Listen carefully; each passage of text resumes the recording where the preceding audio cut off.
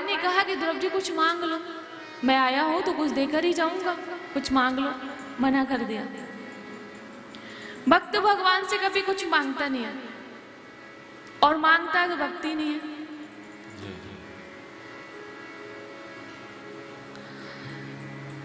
भक्त अगर मांगेगा भगवान से तो भगवान को न दौलत न शोहरत न कुछ चाहते हैं, तुम्हारी कसम तुमसे तुम चाहते हैं। भक्त का ये भाव होता है, न दौलत न शोहरत न कुछ चाहते हैं, तुम्हारी कसम तुमसे तुम चाहते हैं। और जिस दिन ये भाव हम सबका बन जाए तो भगवान सच में हमारे हो जाएंगे। और ये भी सच्चाई है, खूब मांगते रहो, भगवान भी वही देंगे जो उनको देना होगा। क्योंकि भगवान ये कहते हैं ना कि मैं, तुम मांगते वो हो जो तुम्हें अच्छा लगता है, लेकिन मैं देता वो हूं जो तुम्हारे लिए अच्छा होता है। और ये सच्चाई है कि वो देते वही हैं जो हमारे लिए अच्छा होता है। हमारी समझ में नहीं आता है, लेकिन हाँ कुछ समय के बाद आने लगता है, क्योंकि भगवान हमसे ज्यादा समझदार है। हम सभी भगवान के बच्चे ही तो है ना। छोटा बालक तो कुछ भी मांगेगा, आपसे जिद करेगा। हम तो भगवान के लिए बच्चे ही हैं, तो हम तो जिद करेंगे भाई कि हमें ये दे दो वो दे दो, लेकिन वो हमारे माँ बाप हैं, उनको पता है कि हमें क्या देना है, तो हमें वही देंगे जो हमारे लिए अच्छा होगा। और कभी जैसे बालक बहुत जिद करते तो आप दिला देते हो कुछ, तो उससे क्या होता है, उनका नुकसान ही होता है। ऐसे कभी कभी हम भी हट कर जाते हैं, दरवाजे से हिलेंगे नहीं जब तक दोगे नहीं, आपके सामने से जाएंगे नहीं जब तक दोगे नहीं। तो ऐसी स्थिति में क्या होता है, भगवान भी कहते बेटा ले जाओ, आगे चल के तुमको पता चलेगा। दे तो देते हैं, फिर हमको पता चलता है अरे भगवान से गलती मांग लिया, फिर हम दोबारा जाते हैं। भगवान चेंज कर सकते हो, दूसरा दे दो, है ना। कोर्ट कचहरी में देखने को मिलता है ना ये सब। पहले तो रिश्तों के लिए हम माँ बाप से लड़ेंगे, नहीं नहीं हमको यही चाहिए यही चाहिए, है ना। भाई माता पिता समझाएंगे आपके लिए ठीक नहीं है, ये अच्छा नहीं है रिश्ता, जो हम देखेंगे वो अच्छा होगा। तो बच्चे कहेंगे नहीं नहीं हम इसके बिना जी नहीं पाएंगे, हमको यही चाहिए। और थोड़े दिन बाद कोर्ट में पहुंचेंगे, कल तक कह रहे थे कि इसके बिना जी नहीं पाएंगे, और फिर परसों कहेंगे इसके साथ नहीं जी पाएंगे। मतलब आपकी मांग सही नहीं थी। इसीलिए भगवान कहते कुछ मेरे ऊपर भी छोड़ दो, सारी चीजें खुद लेके मत चलो, कुछ मेरे ऊपर छोड़ दो, मुझे भी कुछ करने दो, हमें चुनने दो। और ये सच्चाई का रिश्ते ऊपर से बन के आते हैं। आज भी 40-50 साल पहले जिनके विवाह हुए ना, वो आज भी बड़े खुश हैं, बड़े बिंदास हैं, अच्छे से रहते हैं। और आज के रिश्ते बताने की तो आवश्यकता नहीं है, समाज की क्या हालत है सब जानते हैं। आज के रिश्ते बताओ, क्योंकि वो रिश्ते भगवान ने बनाए थे और ये रिश्ते आपने बनाए हैं। माँ बाप का फैसला हमेशा सही होता है, और हमारा फैसला हमेशा सही नहीं होता है। हाँ कभी कभी आप सही होते हो ये मानेंगे, लेकिन हमेशा सही नहीं होता है।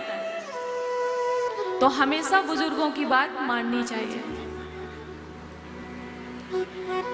तो आज ध्रुव जी कह रहे हैं भगवान से कि प्रभु अगर कुछ देना चाहते हो तो देखिए भक्त की मांग क्या होती है भगवान से, कि प्रभु अगर कुछ देना चाहते हो,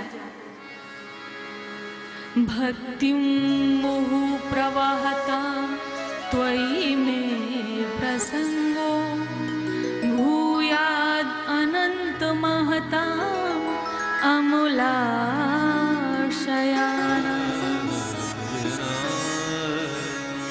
इस संसार में जिन्होंने भक्ति की धारा को बहाया है, मतलब भक्ति की धारा कहाँ बहती है, सत्संग में। सत्संग कहाँ आपको प्राप्त होता है, संतों के चरणों में। ज्ञान की प्राप्ति कहाँ होती है, गुरुजनों के चरणों में। होती है कि नहीं होती है? ज्ञान की प्राप्ति क्या होती है, कहाँ होती है? स्वाध्याय करने में, शास्त्रों को पढ़ने में, पुराणों को पढ़ने में। तो वो ये कहते कि संसार में जिन्होंने भक्ति की धारा को बहाया है उन लोगों से मेरा संग करा दो। संग मैंने एक दिन निवेदन किया था, संग होता है मन से, साथ होता है तन का और संग होता है मन का। वो कह रहे हैं कि भले मैं इस संसार में रहूं, कर्म करूं, जो भी करूं, लेकिन मेरा मन सदैव संत जनों के चरणों में, आपके भक्तों के चरणों में बना रहे। अब बताइए कि जिन्हों को भगवान ने साक्षात दर्शन दिया वो भक्त नहीं थे क्या? ध्रुव जी भक्ति थे ना, लेकिन भक्त कभी नहीं कहता मैं भक्त हूं, भक्त ये नहीं कहता है। मैंने कहा था ना कि संसार में बहुत ऐसे लोग हैं जो कहते हैं मैं भगवान हूं, बहुत ऐसे लोग हैं जो कहते हैं कि मैं भक्त हूं, बहुत ऐसे लोग हैं जो कहते हैं कि हर समस्या का समाधान यहाँ है, आ नहीं सकते तो फोन पर ही कांटेक्ट कर लो, और जब नंबर मिलाओ तो इतना पैसा अकाउंट में डाल दो। समझ रहे हो? तो कह रहे हैं कि ऐसे लोगों से मेरा संग करो प्रभु कि जो आपके चरणों के रसिक हैं, जिन्होंने भक्ति की, ज्ञान की, वैराग्य की गंगा को बहाया है, ऐसे लोगों से मेरा संग करा दो। ये ध्रुव जी ने मांगा। भगवान ने ये तो दिया ही, साथ में 36,000 वर्ष रहने के लिए बोला कि संसार में राज्य करो, और यहाँ 36,000 वर्ष के बाद जब तुम आओगे तो सीधा तुम्हारे लिए ध्रुव लोक हमने बनाया है। देखिए, भगवान से कुछ नहीं मांगा तो भी भगवान ने उन्होंने राज्य करने के लिए दिया, और अंत में ध्रुव लोक दे दिया, अपना दर्शन दे दिया, अपना सानिध्य दे दिया। अब बताओ, भगवान की पूजा करने में, भगवान का ध्यान करने में, भगवान का तप करने में, जप करने में फायदा है कि नहीं है? बोलो। और जब ध्रुव जी की मृत्यु हुई है, मतलब जब अंत समय आया, तो मृत्यु कहना तो ठीक नहीं है, क्षमा करिएगा, तो मृत्यु देवता प्रकट हो गए कि सबको तो मैं मारता हूं लेकिन भक्तों को छूने की हिम्मत नहीं है। तो मृत्यु के सर पे ध्रुव जी वो अपना पैर रखे, और उसके बाद विमान पे बैठ के भगवत धाम गए अपनी माँ के साथ में। आज तक आपने इतिहास में ऐसा कुछ पढ़ा है कि मृत्यु के शीश पे अपना पैर रख के सिंहासन पर बैठे, विमान पर बैठे? ये होती है भक्ति की शक्ति। देखिए, भक्ति के लिए सबसे पहले तो श्रद्धा चाहिए और विश्वास चाहिए। अगर ये दोनों नहीं होंगे ना तो खूब माला जाप कर लो, कुछ भी कर लो, कुछ होने वाला नहीं है। आप जब तक मेरी वाणी पे भरोसा नहीं करेंगे ना, तब तक आपके हृदय में श्रद्धा उत्पन्न नहीं होगी, और श्रद्धा उत्पन्न नहीं होगी तो आप एक भी बात नहीं मानेंगे, एक भी बात आप नहीं सुनेंगे। आपको तो बस ये लगेगा कि कथा है, बुलाया है तो इसलिए जा रहे हैं, आपको बस ये लगेगा कि बुलावा दिया गया ना, बुला आने के लिए कि भाई एक दिन जरूर आना कथा में, तो बस आप इसलिए आओगे। और आपको इतनी सी भी श्रद्धा होगी ना, इतनी सी भी भक्ति होगी ना, तो आप मेरी बात पे भरोसा करेंगे।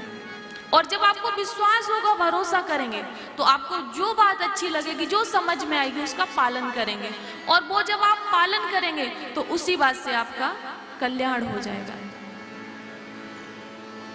बोलिए बांके बिहारी लाल की जय हो, राधा रमण सरकार